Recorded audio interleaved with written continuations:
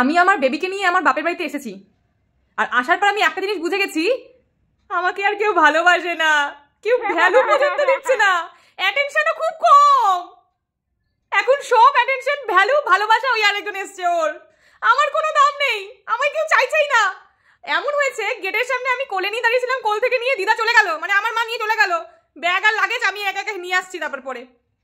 আর সবাই এসে ওকেই দেখছে, ওকেই ধরছে, আমার সাথে কেউ কথা পর্যন্ত বলছে না।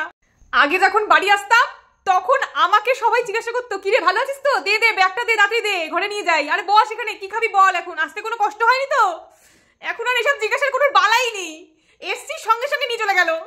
আগে আমি আসলে মা কত কিছু বানিয়ে দিত, এখন বলছে নিজে কর, গিয়ে যা, ওখানে সব আছে, নিজে কর, আমি ওকে দেখছি, ওর সাথে থাকতে হবে না একজনকে, তুই যা গিয়ে কর, আমি ওকে দেখছি। সারাক্ষণ ওকে নিয়েই কাটিয়ে দিচ্ছে আমার মা, আমার বাবা, আমার পরিবারের সকলে। আমার কেউ খোঁজ পর্যন্ত নিচ্ছে না। ওকে খাওয়ানো বাদ দিয়ে ওকে স্নান করানো, তেল মালিশ আর যাবতীয় ওর সমস্ত কাজ আমার মা বেশ গুছিয়ে করছে, আর আমাকে কেউ পাত্তা পর্যন্ত দিচ্ছে না। দেবে কি করে? ওকে নিয়েই তো শোনা, আমাদের আমাদের দিদুন, আমাদের বনু, আমাদের দাদা, আর আমাকে কেউ ভালোবাসছেই না। মনেও পড়ে না একটু গল্প করি, আগে কত গল্প করতাম, এখন ওকে নিয়েই অর্ধেক গল্প চলছে। অ্যাকচুয়ালি আমার ভালোবাসার ভাগ হয়ে গেছে, আমাকে আর আগের মতো ভালোবাসছে না কেউ, না কেউ না। আমি মাকে জিজ্ঞাসা করলাম, মা তুমি আমাকে এরকম, এখন ওকে যেরকম ভালোবাসছো, আমাকেও কি ছোটবেলায় এরকম ভালোবাসতে?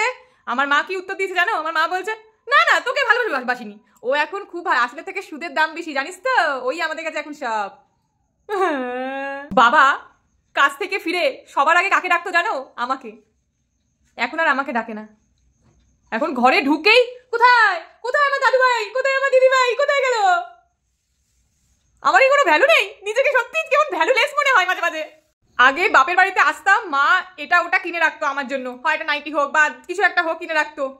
এখন আমার জন্য কিচ্ছু কিনে রাখেনি। হ্যাঁ কিনে রেখেছে একজনের জন্য, সেটা হলো ওর জন্য একটা ছোট্ট একটা জামা, একটা ছোট্ট প্যান্ট, একটা ছোট্ট সোয়েটার, শীতকাল ছিল তো কিনে রেখেছিল, এখন দিচ্ছে ওটা। যেতে পারিনি আমার বাড়ি। আমি বললাম আমারটা কোথায়, বলে তোর কি, এখন তোর কিছু নেই।